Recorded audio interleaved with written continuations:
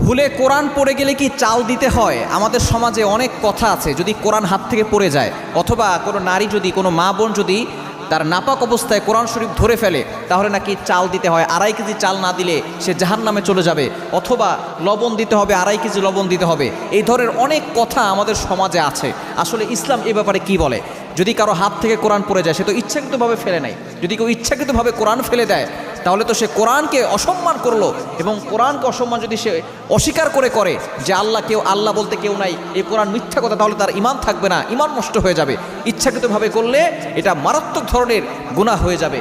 এবং কারো যদি ভুলে কারো কোরআন হাত থেকে কোরআন পড়ে যায়, তাহলে এর মাধ্যমে যে চাল দিতে হবে 2.5 কেজি, অথবা 5 কেজি লবণ দিতে হবে, অথবা এত টাকা দান করতে হবে, এরকম কোনো বিধান ইসলামে নাই। আল্লাহ পাক রব্বুল আলামিন নিজে বলে দিয়েছেন, কোরআন খোলেন 17 নম্বর পারার 15 নম্বর পৃষ্ঠার 3-4 নম্বর লাইন, সূরা হজের 32 নম্বর আয়াতে আল্লাহ বলছেন, যালিকা ওয়া মান ইউআযযিম শাআইরাল্লাহ ফাইন্নাহা মিন তাকওয়াল কুলুব।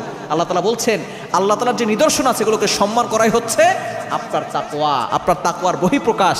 আপনি যে আল্লাহকে সম্মান করছেন, কোরআনকে সম্মান করতে হবে। হ্যাঁ, যদি ভুলে কোরআন হাত থেকে পড়ে যায়, তাহলে আপনি সতর্কতা অবলম্বন করবেন এবং আল্লাহর কাছে তাওবা করে নেবেন।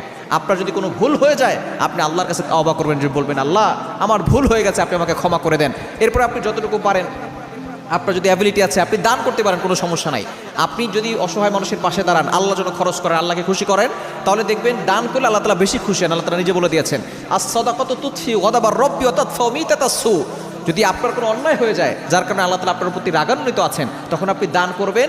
এই দান করলে আল্লাহ তাআলা আপনার প্রতি স্যাটিসফাই হয়ে যাবেন, সন্তুষ্ট হয়ে যাবেন। এই জন্য কোরআন যদি হাত থেকে পড়ে যায়, তাহলে যে এত টাকা দান করতে হবে, অথবা এত কিছু চাউল দিতে হবে, এত কিছু লবণ দিতে হবে, এটা ইসলামের কোনো বিধান না। আপনি তাওবা করে নেবেন, তাহলেই হয়ে যাবে। এবং আপনি সম্মান করবেন আল্লাহ তাআলার নিদর্শন সমূহকে। এটাই হচ্ছে আপনার তাকওয়ার বহিঃপ্রকাশ। এবং আপনি সব সময় দান করবেন। দান করলে আল্লাহ তাআলা আপনার প্রতি খুশি হয়ে যাবেন ইনশাআল্লাহ।